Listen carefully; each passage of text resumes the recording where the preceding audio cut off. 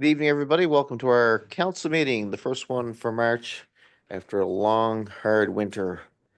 Just talking to Director Don Lamont about clearing the cul-de-sacs. That's usually a sign, folks, that when the hydrants in the cul-de-sacs are cleared, the snowstorm is over. So we're getting through it all. But I like your attitude, sir. It was never intended to melt, right? We're going to get it up beforehand. Council, you see before you tonight the agenda for tonight's meeting. We have some guests here for proclamations. And I need a motion, please, to adopt the agenda. And that is moved by Councillor Fry, thank you, and seconded by Councillor Locke. All in favor? Motion carried. Just checking in, Deputy Mayor, can you hear us okay? Okay, yep, good stuff. Wonderful. It takes me a moment to unmute, but yes, indeed. So in recognition of the City of Mount Pearl's commitment to foster respectful and collaborative relationships with Indigenous peoples here in the City of Mount Pearl and beyond, we hereby acknowledge that the land on which we gather is the ancestral and unceded territory of the Beothuk and the Mi'kmaq. Mount Pearl and the broader metro region continue to be home to diverse Indigenous peoples, including First Nations, Inuit, and Métis. Minutes are before you, council. Great job doing the minutes, folks. Can we have a little gander and advise of any errors or omissions, please?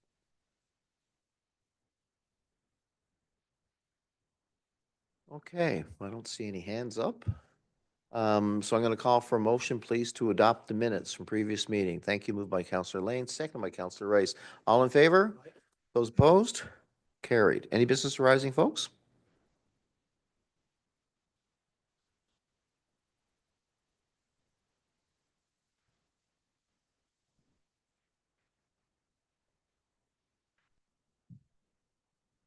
Councillor Fry. Just wondering about our RISE program that we talked about at the last meeting. I'm just wondering how the attendance has been. Mr. Delaney, please.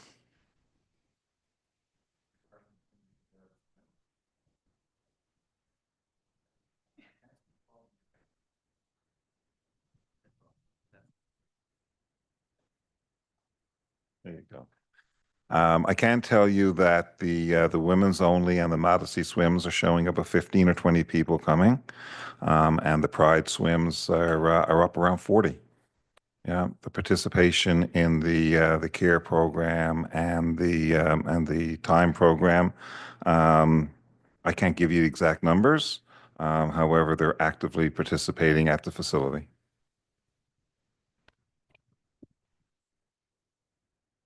All good. Anybody else? Bless you. Hearing none, I'm prepared to move on if you are. And the next item on the agenda is a proclamation related to World Kidney Day. And I'm very pleased to see Elizabeth Sparks, Programs Coordinator, Christian Sparks, Angela Roberts, and Abigail Roberts. And they're all here representing, I guess it's the Kidney Foundation here in Newfoundland, Labrador. And I'd invite for Atlantic? Yep. Well, come on up then. Let's have a little yarn. Yep.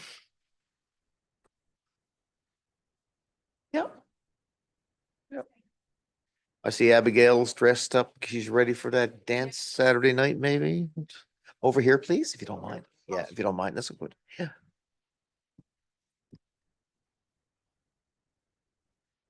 Ready? Whereas 1 in 10 Canadians live with chronic kidney disease, CKD, chronic kidney disease, affects 1 in 3 Indigenous peoples, and survival will depend on dialysis treatments, or a kidney transplant. Kidney disease is the 10th leading cause of death in Canada. Kidney disease accounts for approximately 71% of the national organ transplant waitlist.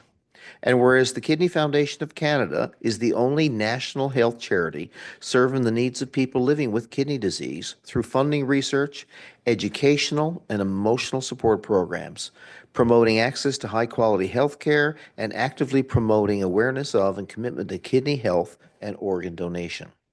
Whereas the 12th of March, 2026 is World Kidney Day, The Atlantic branch of the Kidney Foundation of Canada aims to raise awareness of the importance of our kidneys to our overall health and to reduce the frequency and impact of kidney disease and its associated health problems. Therefore, I, the Mayor of Mount Pearl, on behalf of my colleagues on council, we do hereby proclaim that March 2026, it's going to be Kidney Month here in the city of Mount Pearl, and that's only assuming I can find a pen. And I'll affix my signature. Very happy to have you all here. And Elizabeth, I'd like, if you don't mind, would you like to speak to it? I always pick on the support of families. It's a real family affair, isn't it? And I suspect your family affair is here today as well. Do you mind? Hello, are you able to hear me? Okay, wonderful. Thank you all so much for being here, for welcoming us here today. On behalf of the Atlantic branch of the Kidney Foundation, my name is Elizabeth Sparks. I'm the programs coordinator. So my role with the Atlantic branch is to support folks living in Atlantic Canada and the Maritimes who are living with chronic kidney disease, family members and their caregivers. And I have wonderful members of this community here with me today, Christian Sparks, Angela and Abigail Roberts. And the proclamation means so much to us, so much to our community and to our province. Awareness is so vital to, educating the public, moving forward, and prevention. And we strive all of the time for preventative care. As was stated, 1 in 10 Canadians are living with chronic kidney disease. 1 in 3 Indigenous peoples. We are, it's too many. And we, with the overarching Kidney Foundation of Canada, we're really working towards a framework to provide more awareness and prevention across Canada, coast to coast and up north as well. It's vitally important, and it is a silent disease. So unless you are somebody that has a genetic predisposition, family genetics, sometimes we just don't know. So awareness is really important for all of us, not just those affected. Of course, those affected are our champions who do the work. I mean, I don't even need to speak to those that do this work because without these people, it wouldn't get done. So thank you so much. And always reach out to the Kidney Foundation for any questions. If you ever have any questions, we're always here to help. No, thank you. Council, any comments or questions? I know living with the fact that you were here means that you're encouraging all of us to support everybody and families near and wide with regards to issues with their kidneys and kidney disease. I think the Deputy Mayor would like to speak. Go ahead, Deputy Mayor. Thank you, Your Worship. I do indeed. And thank you so much, Elizabeth, for you and your entire support team here to come in and recognize this month. Personally, this is a very meaningful month as well for myself. My mom in 2012 received a diagnosis of renal cell carcinoma, and she was diagnosed in August without 0 symptoms. And in December, she had passed, unfortunately. However, it is so important to say that throughout that time of just even understanding what the disease was, what our options were, the emotional support for our family and for her, the Kidney Foundation were incredibly supportive and important to that. And I think that's one of the items that I just wanted to kind of acknowledge is that it's one of those types of cancers that not a lot of information is out there about it, that because of the symptomatic thing, it is notoriously not caught until, unfortunately, a time in which sometimes options are limited for certain diseases. At the same time, it ranges from all sorts of things. So I'm wondering, Elizabeth, again, just a personal thank you for the work that you guys are doing, and just to tell you the positive impact it had on a very challenging time for our family. But wondering if there's any type of messaging that you would give to the public regarding awareness and regarding this particular disease, and well, the diseases, I should say, that are related to the work you do and support through the Kidney Foundation.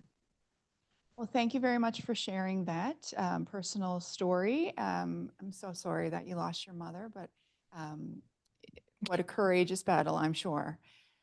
What Yes, we absolutely. always try to stress to everyone is that keep talking, keep asking questions, go to your medical providers if you don't have a family doctor at this time, nurse practitioners, pharmacy members, medical professionals that are in our communities that really are there to support, and they want to hear you. They want to help you as best you can. You can always, of course, kidney.ca is our website across Canada. We are the Atlantic branch, so you can connect with me personally. I'm always there to help as well. You know, email, phone call, anytime through the day. We get back to you as soon as we can. We are always here to provide support, navigate. There's lovely programs and services, peer support programs for folks living with kidney disease or anyone affected. There's an array of programs that we have to offer. We like to say, of course, you know, the health authorities, they're also quite busy and stretched, and we all know that, but we are there to help them as well. We kind of work on the outside. So we go in and we speak to the folks that are in the clinics, in the dialysis units, and we make our faces known. So back to your question about how, it's asking the questions, reaching out, looking up our website, and really just striving for awareness. And moments like this, proclamations, really truly matter. They make the voices heard, the 1 in 10, the 1 in 3. It's too many. As we know, those numbers are large. And also with the Organ Transplantation of Canada, you know, 73% of the over 4,500 people waiting for organ transplantation are waiting on a kidney. So there's lots of information. We're always here to support you with questions and to navigate with you, because it can be overwhelming, but that's why we're here. So hopefully that answered. It does. Thank you so much. Oh, thank you. I remember when I was in another work life, there was always a fundraiser every year. Yes. Remember the Peanuts? Yes. Is that fundraiser? No. Or is there a fundraiser? Lots of fundraisers, but I guess peanut allergies and things like that. Yes, and salt. So I wasn't around through the peanut fundraisers, but every year we do kidney walks. So community walks, events. There's one coming up in September in our Eastern Avalon Walk. It's in St. John's. It's actually up in the Kenmount Community Center off Kenmount Road, and walks across the province, walks across all of the provinces in Atlantic and across Canada. This is kind of like our flagship. So getting involved in kidney walks, raising awareness, coming out with your families and friends and whomever, even just yourselves. We love to see participants. It raises awareness. It's so much fun. And along with fundraising walks, there's lots of fundraisers that we do in events and galas and things like that. Those sound healthier. Right? Yeah, exactly. It's nice to get moving. Abigail, want to get a snap? Yeah. You guys get a snap? You good? Yeah. All right. Would you? Yes, please go right ahead. As a parent, especially with the daughter still being young, I've never ever thought of kidney problems or kidney, especially when it comes to your kids. But it's a disease that could hit anyone at any age. She was 2 weeks after her 18th birthday, and she wasn't well.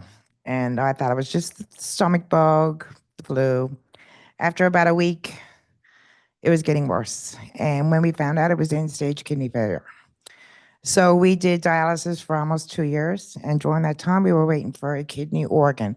And this was getting back to what Krista mentioned about how important it is to create the awareness, promoting kidney, the Kidney Foundation, the program of the organ donation, because so many people are waiting for an organ.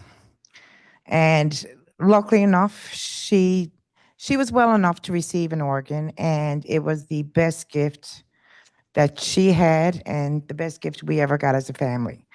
So it's just promoting organ donation as well, and the Kidney Foundation as well, but organs saves lives. And unless you're living the life or a family member is living through somebody in kidney failure or whatever, kidney problem, disease they have, you then see firsthand how hard it is for these people to maintain a daily life. Going back and forth to dialysis 3 times a week for 4.5 hours.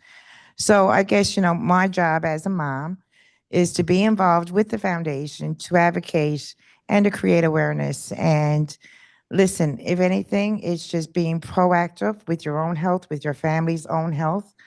And as well, also, sometimes it's not until somebody in your own family is affected that it brings it home. I knew about the Kidney Foundation before, but it wasn't until Abigail got sick that I knew how important it was. So if anything, I'm just lucky enough to be a parent whose somebody else's organ saved my child's life. So thank you for your time today as well. Thanks, Angela. Did you want to say? Yeah, I guess just quickly, I'm Elizabeth's husband, Christian. Just a testament to the idea that it can happen to anyone. I was going to university 25 years ago and I got strep throat. And some people get strep throat and it's quite severe, and some people get it and they hardly notice. I was one of those people where I hardly noticed. And over the course of a year and a half, it spread to my kidneys and attacked them. And it wasn't until I was falling asleep in class one day and had to go to the hospital and I realized my kidneys were working at 10%. And I had to take time off school. And luckily, my mother gave me a kidney 25 years ago. And then my brother, a year ago, on February 6th, gave me my second kidney. So I've got 2 transplants within my immediate family. And I'm so lucky to have a wife like Elizabeth, along with a supportive family that helped me through this journey. So I'm just a testament to being aware that it could happen to anyone. And I feel very fortunate to have the support that I have through the Kidney Foundation. We're very fortunate to have you all here, and we'll be glad to promote. We'll light up City Hall on the 12th, and we'll be happy to promote with perhaps some social media. Maybe we could take a picture? Love All to. right, let's do that. Thank you. Come over, Abigail.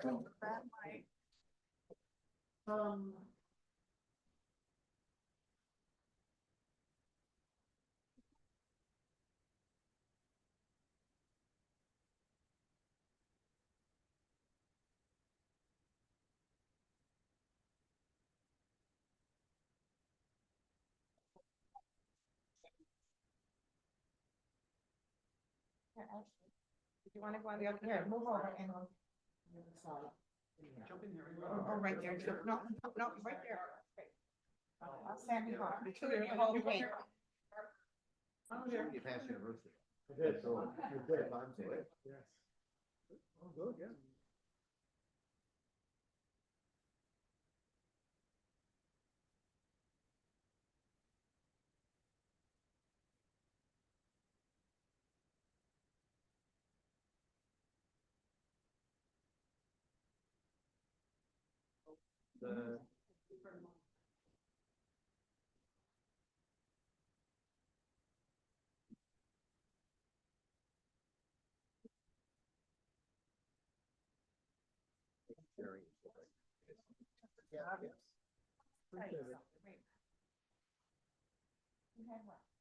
She wants some more. Is that okay?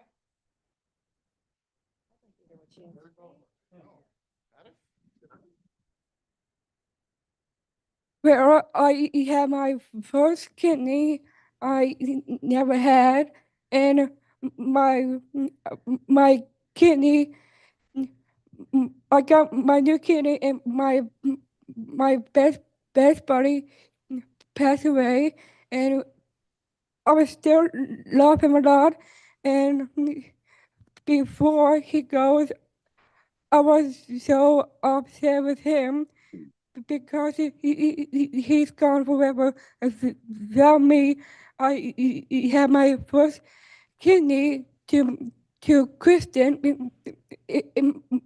My his second kidney before he gave it to his brother. Yeah. Wow. She calls her kidney her best buddy. Oh, thank you for sharing that.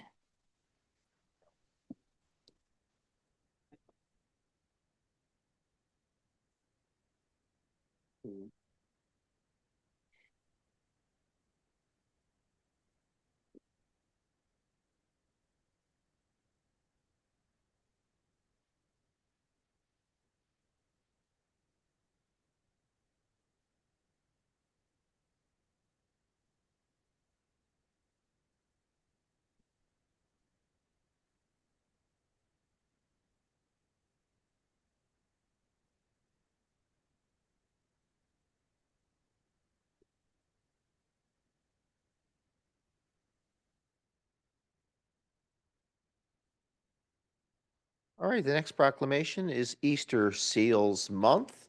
And I see three people here. I think we have Rebecca McNeil, who's a staff person with the Easter Seals Newfoundland and Labrador. Is Joe's here, right? Joey's here? Joey or Joe? Both. Joe? And you're Paul? All right, come on up, guys, while we read the proclamation. And like the previous proclamation, we thank you all for coming and showing support for Easter Seals.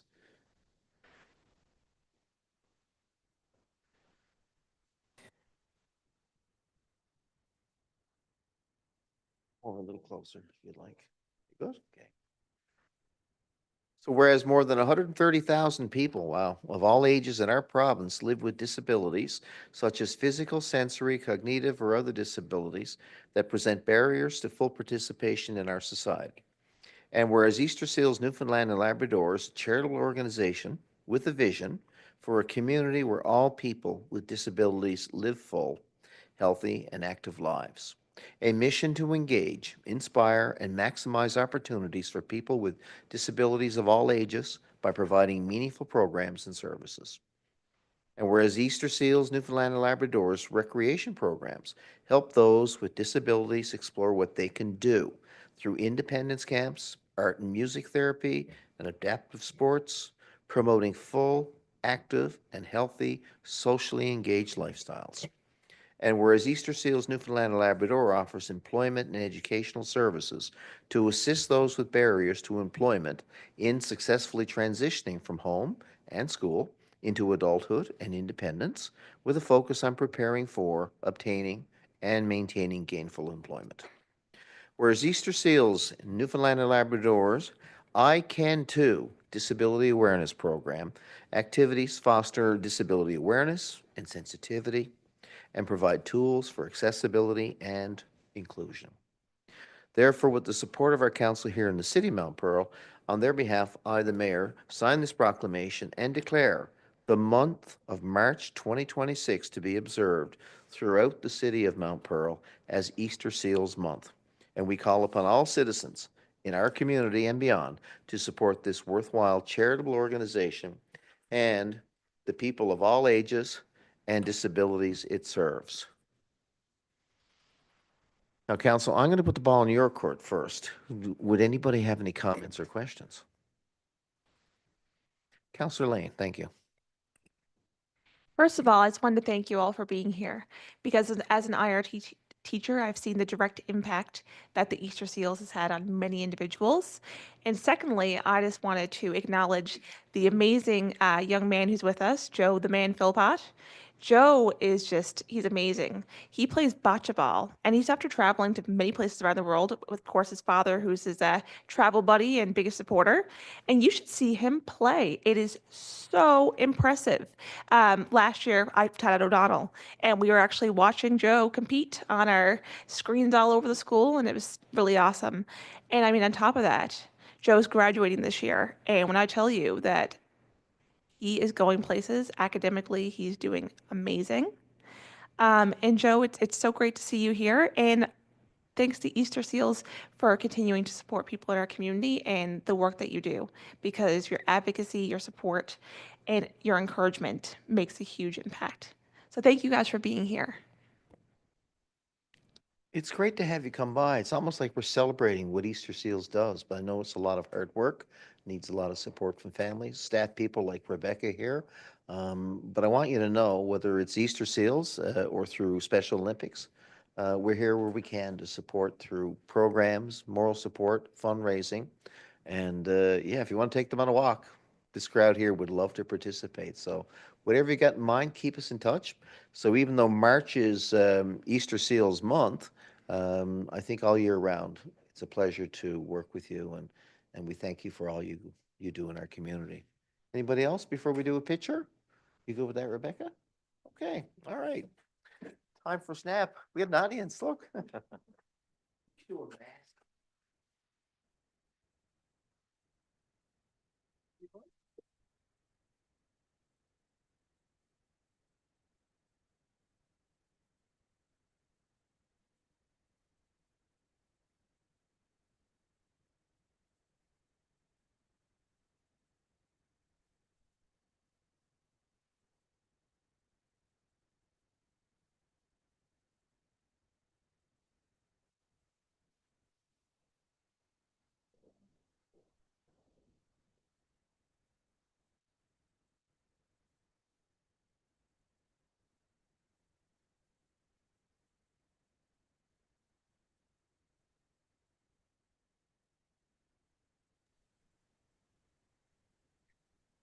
Thanks, folks.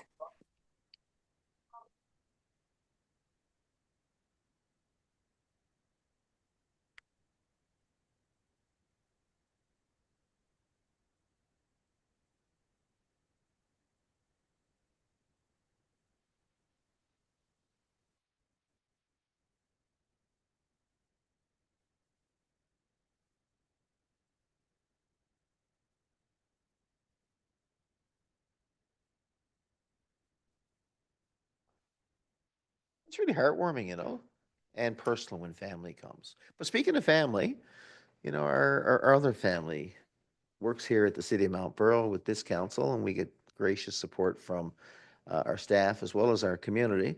And the topic for the next proclamation is National Engineering Month. I don't know what the color would be, but it would probably take a few weeks for an engineer to figure that out, but I'm sure they've already done the legwork for that. And I'm really proud to have a couple of our staff people come by. Daryl and Michaela, do you want to come up while I read the proclamation, if that's convenient? Yep. Daryl Drover, Michaela Harding. Now, we can't ask her when the community center is going to be finished. Come over, come over, come over, come over. Thanks for coming, guys.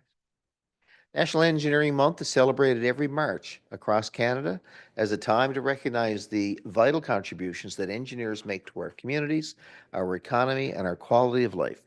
This month celebrates engineers' passion, commitment, and action toward making the world a better place, and how they open doors to new possibilities and futures.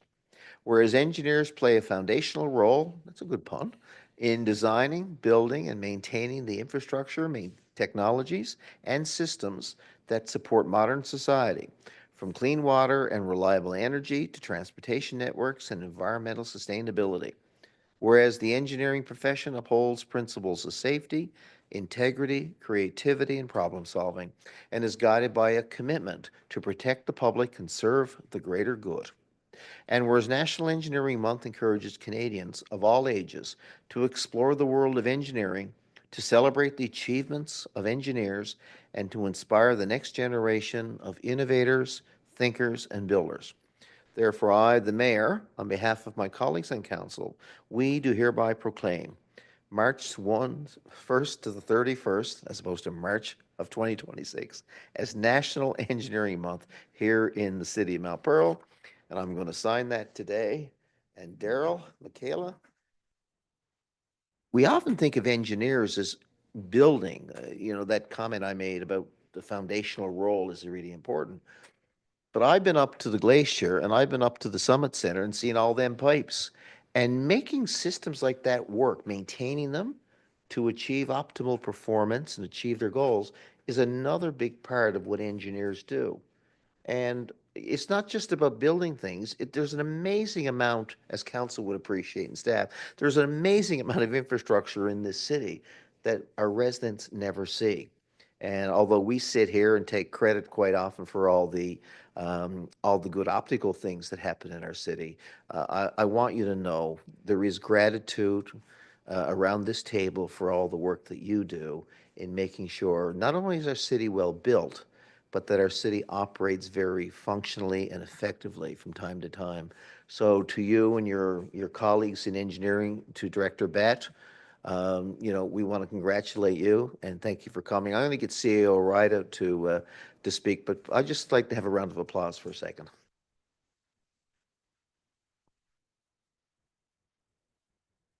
CAO, we're surrounded by engineers, accountants, lawyers, but this is the engineer's moment. Yes, it is. And I'm really glad you asked me to speak because I think sometimes we get lost in, engineers and it's their technical expertise. And it certainly is. It absolutely is your technical expertise that we lean on and we rely on. But we also, our engineers, particularly at the City of Mount Pearl, are beyond their technical expertise. They're problem solvers and they're collaborators. They know how to have a little fun. And for me, I think that that's all surrounded in this commitment to continuous improvement. So I'm so proud of the work that you do. I'm so proud of the commitment that you have to our residents and growing our community. We continuously challenge our team in engineering to deliver and to think differently and think outside the box. And you do it, and you show up every day with that shared commitment. And so for me, it's, I've really seen this team grow so much in the last few years, and it's not about no, it's about how, and I very much appreciate that attitude. And so I just want to say a big, huge thank you, Scott, to you and your team. You guys just go above and beyond daily, and I'm so proud of the work that you're doing. So thank you very much. I love working together, and this is your month. So. Council, any comments? I think the Deputy Mayor had her hand up, and then we'll go over to Councillor Rice and Antle and others. So initially, that's a new reaction. I was actually, a hand clap. I did virtually, but it also was a hand up, a hand up as well. And I just want to say, since my role here in council, I have come to absolutely love engineering, and a lot of it has to do with not only just the information that this team has to share with us and bringing us through some complex ideas, but the leadership and the passion that it just it stems from all of the work you do. And you're like, wow, passionship and leadership, when we're talking about roads and infrastructure, absolutely. And I just couldn't be more proud of this team. And I've never worked with such a team that has significant amount of pride in the work we do. So yes, hats off to everyone. Coming off an incredibly challenging season, such as snow clearing, but moving in right into our building season. So it never stops. Engineering never stops. Building and planning never stops. And I just want to thank everybody. Director Bat, absolutely my hat off to you, sir. It's been incredible to be working with you, learning from you, and seeing what this team has to offer. And everyone amongst this team from every aspect, it's just been I have nothing but praise and appreciation and a found love. Who knew at my age around a newfound love, which is planning and engineering. I said, I wonder if I had my time back, well, where would I have gone in university? I'm just saying, but that's the type of passion, that's the type of energy that this team brings. It inspires all sorts of things. Thank you, Deputy Mayor. Councillor Rice, you are the lead for engineering. Thank you, Worship. Yes, I would be remiss if I never had to jump in and say a few words, but I just want to, I've been a second term on council now, and I certainly enjoy the engineering aspect, planning. We have to do a few changes over the years, but I mean, it all comes under the one umbrella of the engineering department, planning, and I think we got a great team. We're building a great team. We're taking on more work in the city, which I certainly admire and support. Because I was always a very strong advocate of, doing in-house work instead of contracting it out to contractors and stuff like that. Even when I worked in my facility manager's job, and we always done whatever we could. And I dealt with many engineers and technologists in my former career. But I just want to say big congratulations for the amount of work that goes on behind the scenes, because I know personally how much, documentation, paperwork, how much research, quantities and qualities, and the stats and the studies and the numbers, how much is done. I certainly do know how much is done, and how much, you might get a document or a paper on your desk, and it looks all so simple and so compact and so much information compiled in a couple of sheets or 3 sheets. But at the end of the day, I mean, the work that went in to get those numbers there, and to get the stats and get the, the reliability of the, the really important documentation, the stuff we're doing in the city. I certainly agree that, I mean, and we all certainly agree with this, Mount Pearl is certainly a municipality that's far ahead of a lot of more municipalities when it comes to many departments, and especially the engineering department. So I certainly support the track we're on. The track that Director Bat has chosen to, to take in-house work and go with it and run with it and hire more staff. And so I certainly support the month, and I'd love to come down sometime over the next week and celebrate with you. Hopefully we'll do that. Thank you. Appreciate everything you do. Councillor Antle is over there, and he's the lead on corporate services, and he has to cut the checks. But I noticed, Councillor Antle, community centers, they're working on Wide Boulevard, Jackman Drive, Sewage Lift Station, Farrell Drive Pump House, the second water tower, Holden Street. Man, Can they spend money? Oh, yeah, Director Beck can certainly say get rid of a few dollars in a hurry. I've been on planning for a couple of years, or 3 or 4 years. You know, I have a friend of mine, a brother of mine, used to be an engineer. I guess he still is. You know, I remember years ago when he decided to be an engineer, we thought he was driving a train. I learned he wasn't driving the train. There was no such thing. But, you know, I got to see him work. And as Mark just said, we watched how you guys grow. Our engineering department is so good. Every one of our engineers all have a distinct or something special that they offer. And I don't want to name them because I might miss somebody. But when I look at Daryl Drover, all right, I think of water. For some reason, we all think of water. Right? You know, we sat down when I first started the committee, and I asked Daryl to tell me how our water works, what happens with our water. He knows water inside and out. If you want to know anything about water, this is the guy. He understands it, and he can put it in layman's terms so we all understand it. And it's fabulous the jobs that you do. I never had a chance to work with you, but I certainly appreciate everything you do. Our engineers are top notch. We got our community center going full force, and our guys are doing that. You know, I certainly do appreciate everything you do. We don't say it often enough, but thank you for everything you do. Thank you, Scott. Thank you. Keep raising the tax, keep bringing in the tax revenue. Michaela and Daryl, yeah, there's a lot on the go. And like I say, it's not just what you see on top of the ground. There's a lot of stuff on the go behind the scenes. So I want to say welcome and invite you to say some closing remarks. Thank you, sir. I've been here for a long time. I've been lucky enough to work with a few of you since I've been here. But I am happy to say our department, great team of men and women that work tirelessly every day to keep answering those questions and solving those problems. So I just want to take a hat off to them, the ones that aren't here tonight, because they're very great people and very lucky to be working with them. Anyway, I wanted to thank council because I know you give us problems every day and we're happy to deal with that.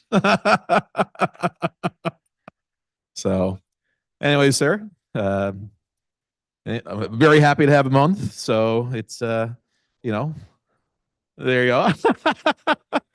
So I'll give it back to you, sir, but thanks again.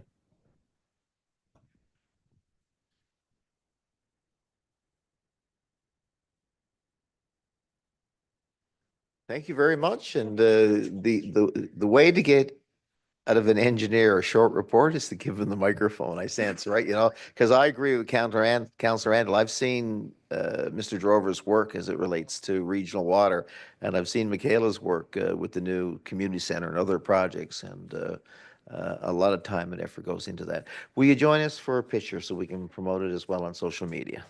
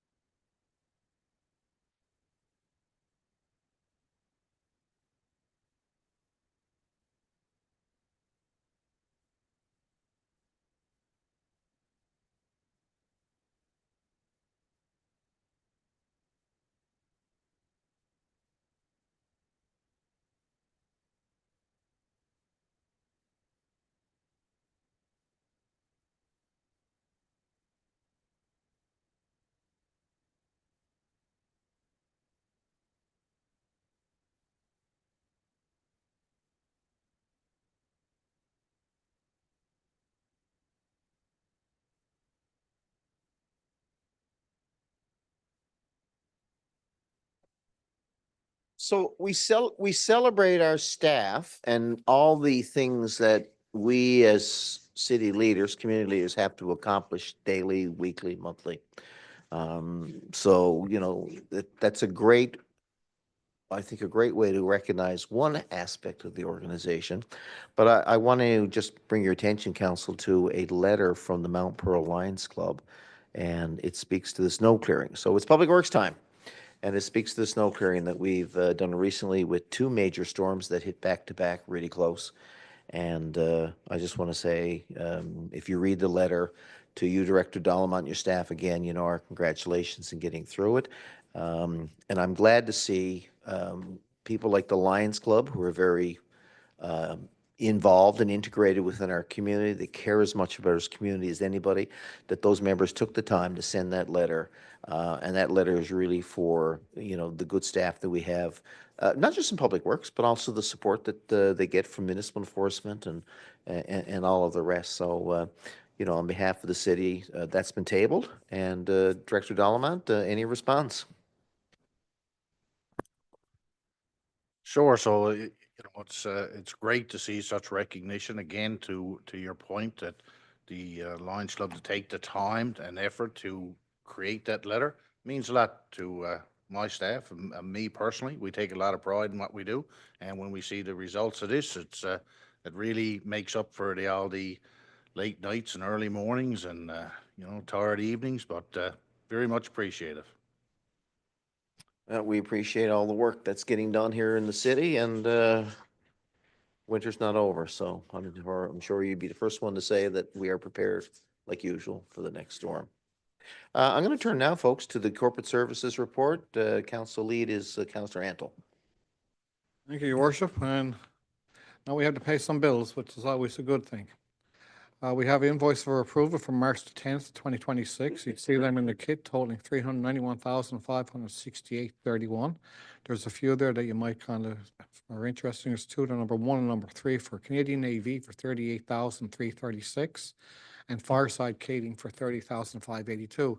And these have impact with our Frosty Festival. And within the next few weeks, we're going to have a complete costing of what the Frosty Festival cost us in each event, and that we'll talk about a little bit further. You can also see for number 2, I mean, we certainly do pay our bills for water consumption for January 2026 for the City of St. John's, $241,867.41. And these are all in your kit for a total of $391,568.31, and I so move. It is moved by Councillor Antle and seconded by Councillor Locke. Any questions? Comments? Hearing none. Call the question. All in favor? Aye. Contrary-minded? Carried. Back to you. And the next one is our payment register for March the 10th. And these are the bills that we approved a little while ago. And these total for March from February 19th to March the 3rd for a total of $1,275,482.77. And these are in the kit just for your attention. And if there's any questions, if not, we'll just move on. None. Number 3 for our committee is the professional development requests. And as always, our professional development requests are so important for us to become better counselors. And there's an MNL in Gander. It's an MNL symposium from May 7th to May 9th. And this is a great opportunity for us to get together and talk about things that are challenging within our cities and towns and make us become better. And this is for Mark Rice, and I so move. Moved by Councillor Antle, second by Councillor Locke. Just for clarification, it's not professional development. It's city travel because it's MNL. Yep, just to clarify. Okay. I'll call the question. All in favor? Opposed? Thank you. Carried. And that's it for this month, Your Worship. We got our bills paid. I think the next committee report is I gotta hit it now. The Public Works Status Report. Councillor Fry. Thank you, Your Worship. Our report is it's for information purposes this evening. Thankfully, we're not as busy as we were 2 weeks ago when we were here, because that Tuesday night, I know it was crazy with all the storm, but I will say again, because it's worth saying again, our crews did a great job in cleaning the snow, and it's much appreciated. Thank you. So for the information of public, in terms of our roads division, winter shifts are ongoing and snow clearing, snow removal, and ice control as required. In our parks division, trail maintenance and grooming is ongoing. And I have noticed a lot of people out on the trails, which is nice to see, enjoying the winters, not just the summer. Fleet division is ongoing service and maintenance. And the UTM division, they have, of course, their general calls, their water and sewer repairs, leak detection, lift station inspections and maintenance. And as you can see in your kit, we have a chart showing the water levels of Bay Bulls Big Pond as of March the 2nd. And they have taken a drop, as we've talked about previously, but I don't think it's due to the snow. But they're still very healthy there. And that's it for me, Your Worship. Thank you. Thank you very much. We're now going to turn to recreation. The council lead is Deputy Mayor Kiley. Go ahead. Thank you, Your Worship. Just turning off my mute there. Yes, a few items for today. My first is just some information for council. One is an events overview, and the other one is a swimming lesson registration. So, for the information and attention for council and the public, we have an interesting, wonderful event happening, and we're asking people to hop on over to the breakfast and brunch with the Easter Bunny. Many of you know Easter Bunny. He shows up around this time of year, and he's making another appearance. So join us for a fun-filled morning on Saturday, April 4th at the Reed Center as we welcome the Easter Bunny for a delighted celebration for the whole family to enjoy. So that includes a delicious meal, some festive fun, and the chance to meet the Easter Bunny in person. And of course, it's perfect for family photos and those Easter smiles. Sometimes Easter tears, depending on how how well the young folks take the Easter Bunny. But tickets will be going on sale Friday, March 13th at 9 a.m. on Eventbrite. And be sure to grab yours early or before they hop away. So just FYI, there's going to be 2 seatings available. One will be for 8:30 and the other one for 10 o'clock. So if you're an early bird or if you're a late to the show, either one would be there. We also have a brunch at 12:30 to 1 p.m. So the tickets itself will be $10 plus tax, and that will be per person. And all tickets are refundable in the event that you need to, are non-refundable, unfortunately.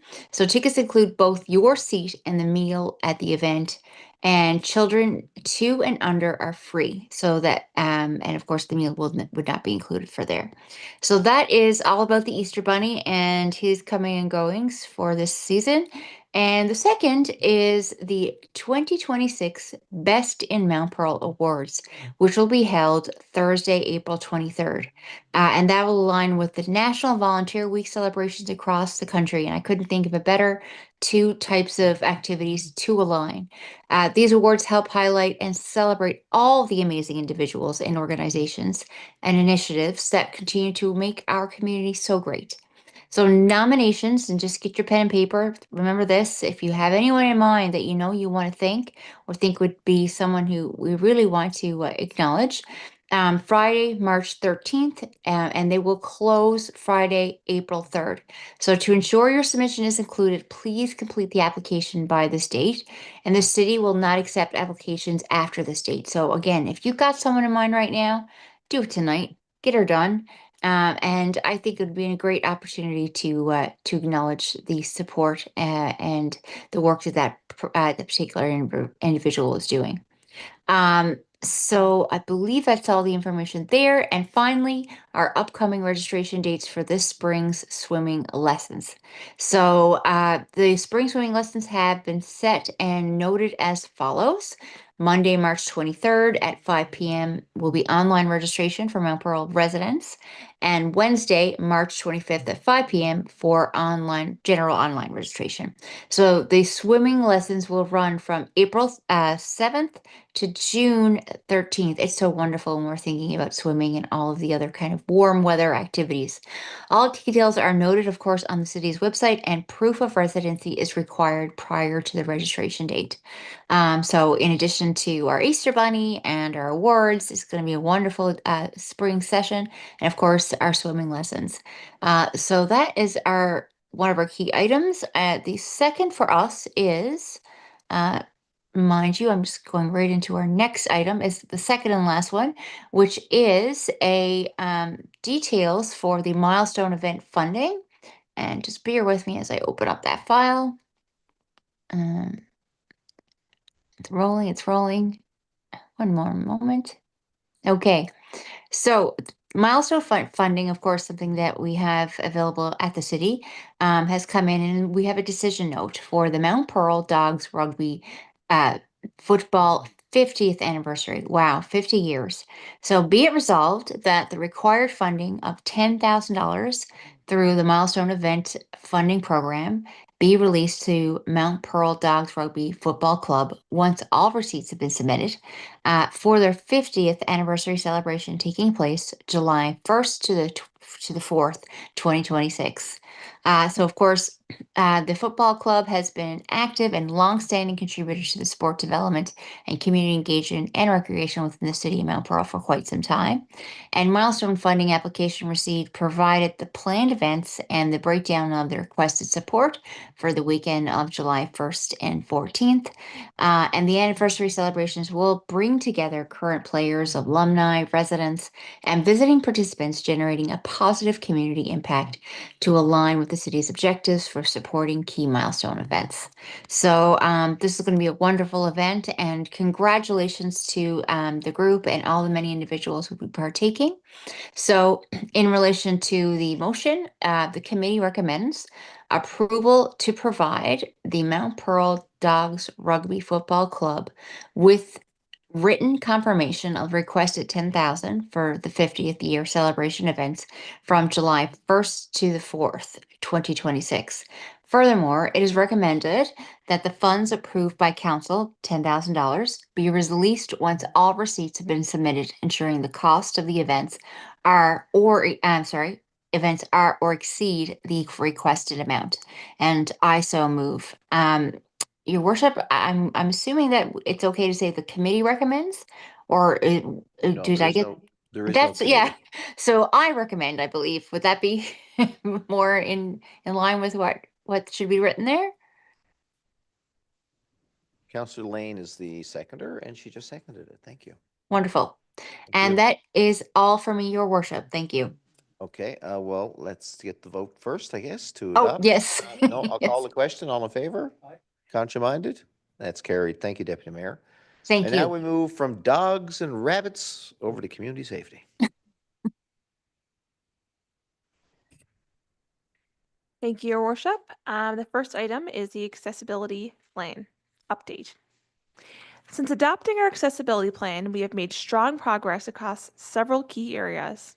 We've expanded inclusive programs, strengthened policy and compliance efforts, enhanced staff training, improved accessibility in our facilities, and continued building meaningful community partnerships. Today, I want to highlight what we've completed, what's underway, and what's coming next as we keep advancing this work. The TIME program launches its first intake this month, supporting residents transitioning from rehabilitation back into community activity. Participation in the Care Day program for adults with intellectual disabilities has remained strong, and planning is already underway for the next intake in April. To support residents with hearing impairments, pocket talkers are now available at City Hall, the Summit Center, and the Glacier. Early feedback has been very positive. With support from a provincial gender-based violence prevention grant, we expanded inclusive programming through our RISE events, offering grief cafes, guided wellness sessions, queer social gatherings, and safety and empowerment workshops. Inclusive swim sessions at the Summit Center now include 2SL LGBTQIA+ community swim, women and girls swim, and cultural and religious modesty swim, each designed to support safety, belonging, and equitable access. We completed a full accessible boardroom at City Hall and continue to advance accessibility upgrades at the Glacier. Construction of our new fully accessible community center is underway, along with development of a new website that will meet WCAG 2.1 standards. Accessibility, diversity, and inclusion training has been delivered across municipal departments, supported by ongoing pop-up information events that help strengthen awareness and cultural change. Our new Inclusion, Diversity, Equity, Accessibility, and Anti-Racism Committee is actively reviewing and updating related policies. Community partnerships with groups such as Canadian Hard of Hearing Association, CNIB, Easter Seals, First Light, Recreation NL, and St. John's Pride continue to break down barriers and support inclusive programming, training, and cultural engagement. During this year's Frosty Festival, we trained volunteers and coordinated accommodations to ensure residents of all abilities could participate fully. In February, we launched the city's Community Safety and Wellbeing Plan with many accessibility initiatives, such as inclusive swims, improved T-railway lighting, and enhancements through the Pearl program, directly supporting its goals. We will measure the impact of these efforts using standardized evaluation tools and accessible digital feedback forms through Laserfish. Finally, we are developing a new Pearl Access Pass to reduce participation barriers and help more residents engage in our programs and services. Our accessibility plan is not just a document. It is actively shaping how we serve our community. We know there's more to do, and we will continue listening, learning, and improving. Together with our partners, staff, and community, we're building a more inclusive, accessible, and welcoming Mount Pearl for all.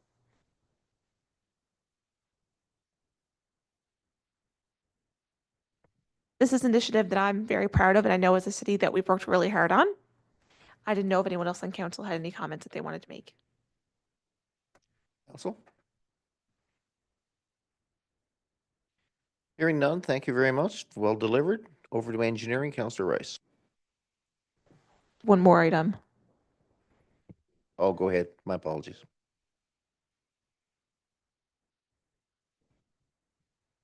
This is also for information.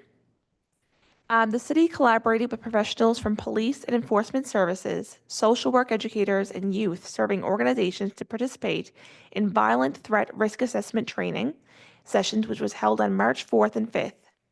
This training was performed as part of the partnership with Upstream and the Center for Trauma-Informed Practices. Violence Threat Risk Assessment is a trauma-informed assessment framework designed to identify and intervene along potential pathways for violence. This training represented a valuable opportunity to strengthen the collective ability to prevent violence, respond effectively to a crisis, and support safer, healthier communities. It aligns with the community safety and well-being priorities of strengthening, collaborating, and responsive enforcement. And I was happy to participate as a teacher in the training, and I have to say it was very valuable. There's members there from our municipal enforcement team, along with staff and people from other communities and many different roles. And I think that it's great that the city offered this, and it's certainly aligned with our community safety and well-being plan. And that was it for me this evening. Thank you. Thank you very much. Over to engineering, Councillor Rice this time. Thank you, Worship. Over to the engineering department. We have a pretty lot of numbers here in our committee tonight, our kit. The first one is our 2020 to 2023 multiple-year capital works funding program. A request for multi-year funding program projected completion extensions. Just some background on this one. The Department of TI, Transportation and Infrastructure, Municipal Infrastructure Division, has requested an updated project completion date for projects under the 2020-2023 Municipal Infrastructure Multi-Year Capital Works. The White Boulevard Street Upgrade Project 17-MYCW-22-00013 is planned to be in the second year of construction in 2026 and a total completion date of 2027. The Farrell Drive Tapsell to Evans Street Upgrading, which is multi-year project 17-MYCW-22-00014 is planned to be completed in 2026. And the Farrell Drive Pump House multi-year upgrading project, which is number 17-MYCW-22-00015, is currently under construction, is planned to be completed in 2026. So the completion dates for these three projects are in the existing funding agreement is no longer reflect updated delivery timelines. To meet programming requirements, the city must submit a revised completion date through the project amendment form for each project supported by an approved council minute. So at the so the recommendation at council, we approve the following timeline extensions. Number one, be it resolved that the city of Mount Pearl approve an amendment to the 2020-2023 Municipal Infrastructure Multi-Year Capital Works Funding Agreement for White Boulevard Street, multi-year project 17-MYCW-220-00013 to revise the project completion date to be June the 24th, 2025 to June the 30th, 2027. Second one is be it resolved that the City of Mount Pearl approve amendment to the 2020 to 2023 Municipal Infrastructure Multi-Year Capital Works Funding Agreement for the Farrell Drive to which is Topsail Road to Evans Street upgrading project number 17-MYCW-22-0014 be revised, and this project will be completion date from June 2024 or June the 24th, 2025 to December the 31st, 2026. And the last one, be it resolved that the City of Mount Pearl approve an amendment to the 2020-2023 Municipal Infrastructure Multi-Year Capital Works Funding Agreement for Farrell Drive Pump House Upgrade, Project 17-MYCW-22-0015. Be revised, the project completion date be June the 2025 to December the 31st, 2026. And I so move. Those three. Thank you much. It is moved by Councillor Rice, and then thank you, seconded by Councillor Antle. I told you, the engineers spend the money, and Councillor Antle got to write the checks. Any questions, Council? Hearing none, I'll call the question. All in favor and contraminded? Thank you. Carried. Thank you. Just open up my next one here.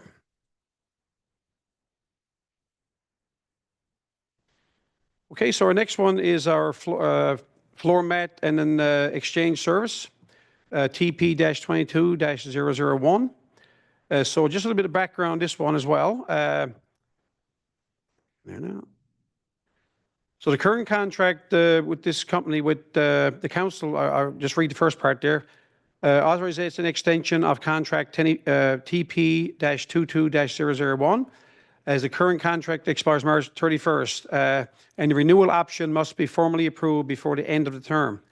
So the contract, as per the agreement, City reserves the right to extend the contract by increments of 1 year for a period of up to no more than 2 years in the terms and conditions provided under the parties' agreement. So Canadian Linen has provided a satisfactory level of service and are responsive to any issues, concerns, and additional requests that the City may have.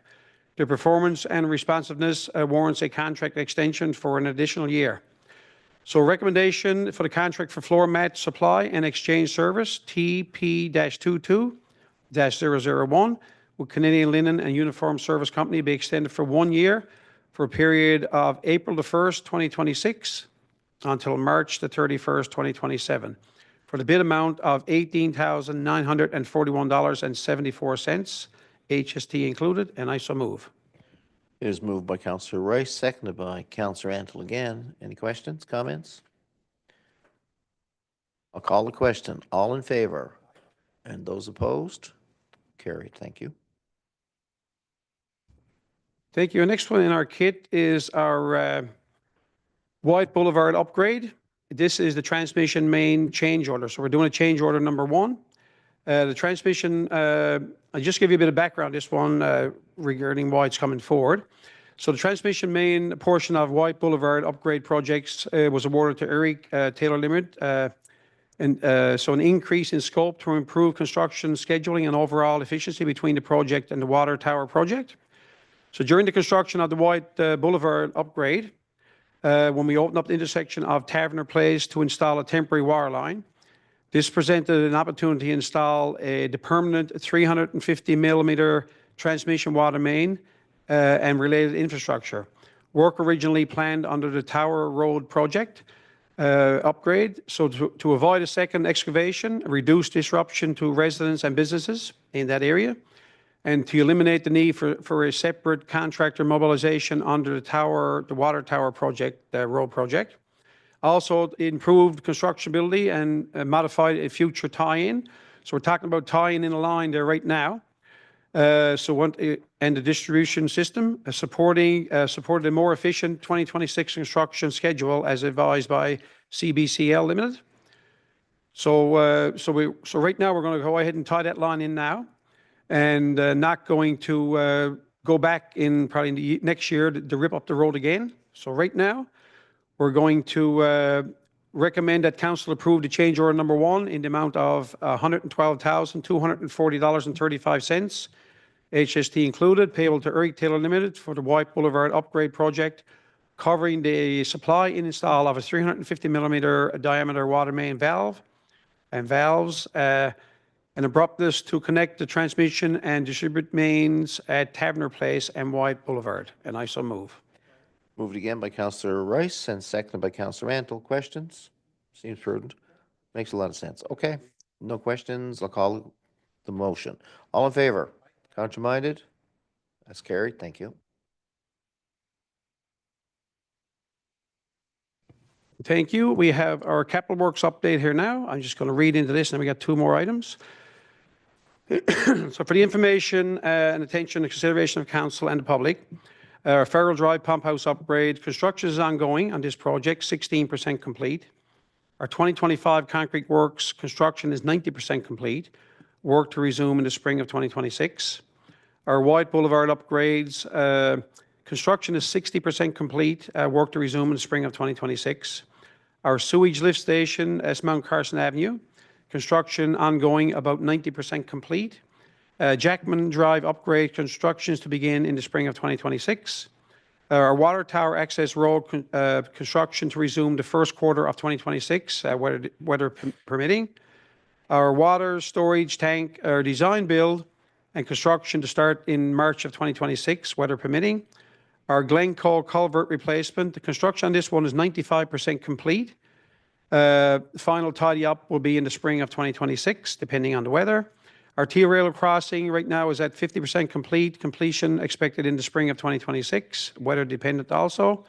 Our 2026 asphalt crack sealing, the tender close on this is closing on March the 12th, which is getting pretty close, 2 days from now. And our 2026, the 2028 street markings, our tender closing March the 11th, which is tomorrow.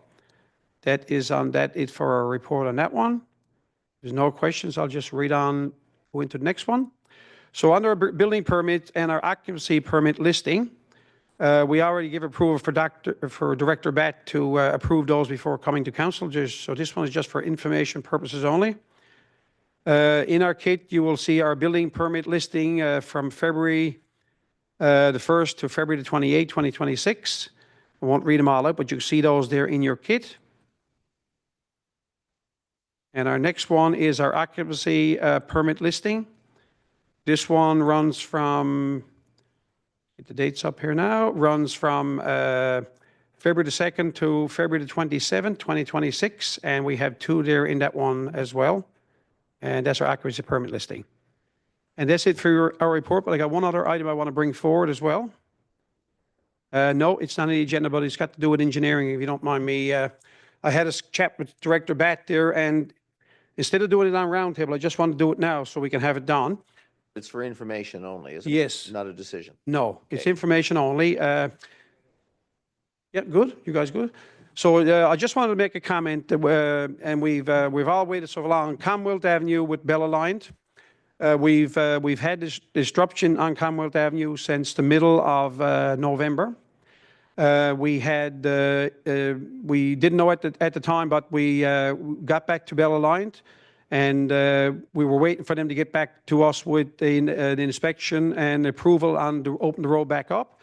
But we found out at that time when we contacted them that we had to get a structural engineer inspection on that area. So we went back and got the structural engineering inspection done. Since that inspection has been done, it has failed inspection. So right now we went back to Bella Aligned, and we're looking at another 2 months possibly timeline before we can open that road back up. As a city councillor, I think this is not good enough on Bella Aligned's end. I'll stand by my decision on bringing this to public record because if they're going to have a good working relationship with municipalities down the road, this is not the way to do it. In my opinion, they should have been more transparent. They should have had more communication with their engineering department and their engineering staff. And going forward, I hope that they would have more consideration are one of our main thoroughfares shut down in the busiest snow clearing season we've had on record, probably one of the busiest times. I've had many calls, and I'm sure councillors had many calls on this before through many residents. And I've even had one comment from two people made the same comment. What are the city of Mount Pearl doing? And I had to explain to them, it's not the city of Mount Pearl, it's Bell Aliant. So I just want to clarify that and make that clear that is not the city of Mount Pearl. We talked about this many times. It is Bell Aliant. So hopefully we'll have some conversation now with Bell Aliant and going forward. Thank you. Well said, but to that last point, which was a very good one, Scott, Director Batt, I should say, what have we done? Because we've been nursing this along for a long time with minimal cooperation, a poor result, obviously, but we haven't just last week received an engineer's report. We've been driving this with great frustration. Yeah, absolutely. We've been dealing with Bell Aliant now for months on this issue. We noticed that, during construction that things weren't looking, they were looking questionable, so we had our inspectors review that. But the latest report, as Councillor Rice mentioned, from Tiller Engineering indicated that what is constructed by Bell Aliant is not safe to support vehicle loads for CL 625, which is basically large vehicles like transport trucks and things like that. So at this time, that area does need to remain closed until a repair is provided. And the latest update that I received is, if everything goes as planned, May 11th is the target date to have that up and running.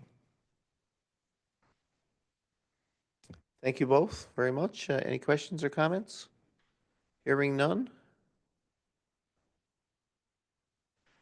Okay, we'll turn over to the next report. I think you're finished, Councillor Rice? Yep, thank you. And over to Planning Development, Councillor Locke. Thank you, Mayor. I have 3 items here. The first deals with an application for rezoning for 912 to 928 Black Marsh Road. And this rezoning is for the purpose of, good news, for the purpose of accommodating an application that we received to build some row housing in that particular area, 9 quadplex units and 5 triplex units. And as a result of this application, we followed due process. I know we spoke earlier, our engineers, about the thorough work they do. Our planning department equally is very thorough in their work. So when we first received this application, last year, we did our due diligence with dealing with our staff, and then a notice of motion here in the chambers, and then we proceeded with a public briefing session. Then, of course, we submitted a Section 15 review under the Urban Rural Planning Act for the Provincial Department of Municipal and Community Affairs to review. And of course, we received a letter that has been released from the provincial review right now. And as I said, this is going to require a rezoning. So it'll require an amendment number 27/2024 to our municipal plan, and an amendment to our development regulations number 75/2024. And under the plan, the amendment would be, or the change would be, from changing the zoning from mixed use designation to residential designation. And our development regulations, we'd change it from commercial mixed zone to an apartment use zone. So as I said, we follow due process. We're quite a ways through the process right now. The next stage is for the city to adopt the municipal plan amendment number 27 and development regulations amendment number 75. And then, of course, we need to proceed to a commissioner's hearing, which is the next stage. So it is recommended that council approve the following 3 resolutions. As I said, that the city of Mount Pearl adopt municipal plan amendment number 27 of 2024 and our development regulations amendment number 75, 2024. The second is that the city appoint Mr. Sean Montague as the independent commissioner to preside over the public hearing. And the third recommendation is that a public hearing be held at Mount Pearl City Hall, April 9th, 2026 at 7 p.m. And I so move. It is moved by Councillor Locke and seconded by Deputy Mayor Kiley. Thank you very much. Any questions? This is very process driven. All right, I'll call the question. All in favor? Aye. Opposed? Carried. Thank you, Mayor. The next one now is a request for parking relief. The city received an application from Summit Builders Limited on behalf of Island Furniture, and they want to construct a new building on a parcel of land. We're calling it 10 Street A now. That's a temporary street name up in the Kenmount Road area. And this application will accommodate a new furniture and appliance showroom, which is exciting. Total gross floor area of 4,921 square meters. And as per regulations, this particular development would require 98 parking spaces based on a rate of 1 space for every 50 square meters. However, the proposed plan that has been submitted is short by 17 spaces and can only provide for 81 parking spaces. Under Section 914 of our development regulations, Council does have the ability to relieve an applicant of all or part of any parking requirements under Regulation 9.2, provided that the applicant is able to demonstrate that because of particular characteristics of their specific development, that the actual parking requirements within the foreseeable future are expected to be lower than our development regulations require. So the applicant is seeking this parking relief under this provision, and they've outlined a number of justifications there. I won't go through all of them in the interest of time, but basically they've looked at comparable single-tenant retail stores and feel that the peak period, they're able to accommodate the peak demand. The big one for me is that despite the size of this building, almost 5,000 square meters, much of the building is going to be a showroom, a showcase, a warehouse and storage. So that's going to reduce, the traffic that's coming through here. And also, when customers do come into such a facility or such a business, they're not there for the long duration, so it's a quick turnover. They're just some of the points that they've outlined, and I support that. And moving to the recommendation, we're recommending that the council approve the request for parking relief for this proposed furniture showroom, as I said, used at 10 Street A. And of course, this will allow the development to proceed with the 81 spaces as opposed to the 98 required spaces under our development regulations. I fully support this, and I so move. It is moved again by Councillor Locke and seconded by Deputy Mayor Kiley, and seems to be a good reconsideration given the business model. Any questions, folks? Hearing none, I'll call the question. All in favor? Aye. Opposed? Thank you. Carried. And the last item for me, Mayor, is the development permit listing from January the 1st to February the 28th of 2026. Again, for information, you can see that there's 8 outlined there, and I'm happy to answer any questions if there's any. None? That's it for this committee. I thank you, Mayor. No, thank you all very much. As we start to close down the meeting, we start with the roundtable tonight. Councillor Fry. Thank you, Your Worship. I actually don't have anything to bring forward tonight. Thank you. Thank you. Councillor Locke. Just one, Mayor. I won't go on because I'll have a formalized report later on. But last week, the Federation of Canadian Municipalities board meetings took place at the Sheraton here in St. John's. I attended the sessions there, and a lot of work gets done at these. And as I was saying to some of my colleagues, I mean, I've been around, this is my 19th year, Mayor, you're into your 17th year, and I've attended multiple FCM events, trade shows and conferences and the like. But sitting at the board level, it gives you a greater appreciation for the incredibly valuable work that the Federation of Canadian Municipalities does. I think there was probably 40 board members in attendance here and another 30 or 40 online. And there's representation from every part of our country, from all the territories, all the provinces, from communities of 300 to cities of, multiple millions. And the interesting thing is, is that many of the issues are the same right across the way. Crumbling infrastructure, access to drinking water, community safety and well-being, all these, sewage treatment plants, they're all the same. But as I was telling some of my colleagues, I'm also quite proud when I share some of the great engineering work that's taking place here in our city, the great recreation facilities we have here with our environmental and climate designs and considerations, and how well planned our city is. Mount Pearl, with our population of 24,000, is punching way above its weight. I'm so proud of the work that our staff do, and I'm proud to work with the council colleagues for the vision that we have. So again, I just wanted to highlight, but I will bring back some greater details of the actual items that we discussed at that meeting. I thank you, Mayor. Thank you. And over to you, Deputy Mayor.